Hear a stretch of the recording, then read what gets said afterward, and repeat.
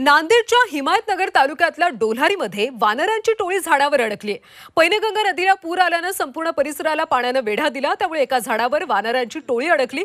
काल रात्रीपासून जवळपास 15 वानर झाडावर अडकले। याबाबत गावकऱ्यांनी वन विभागाला माहिती दिली। बाभळीच्या झाडावर अडकलेल्या वानरांना काही खायला सुद्धा मिळालेलं नाही। याचा आढावा घेतला आमचे प्रतिनिधी सतीश मोहिते यांनी। नांदेड जिल्ह्यातून वाहणाऱ्या पैनगंगा नदीला कालपासून पूर आलेला आहे। पुराचं पाणी अनेक शेतांमध्ये घुसलेलं आहे।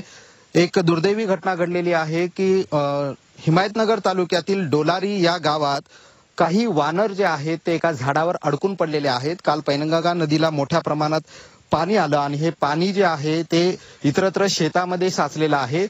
कदाचित काल रात्री हे जे वानर आहेत ते या झाडावर गेले असावेत आणि अचानक पुराचं पाणी वाढल्याने या पाण्याने संपूर्ण परिसराला वेढा घातलेला आहे आणि त्यामुळे ही जवळपास 15 माकडं काल रात्रीपासून या झाडावर अडकून पडलेली आहेत।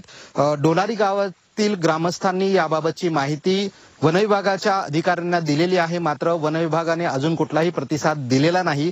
वन विभागाचे कुठलेही कर्मचारी इथे आलेले नाहीत, त्यामुळे या वानरांना आजची रात्रही कदाचित इथेच काढावी लागू शकते। त्यामुळे वन विभागाने या वानरांचं रेस्क्यू करण्यासाठी इथे रेस्क्यू ऑपरेशन राबवणं गरजेचं आहे। सतीश मोहिते, झी 24 तास, डोलारी।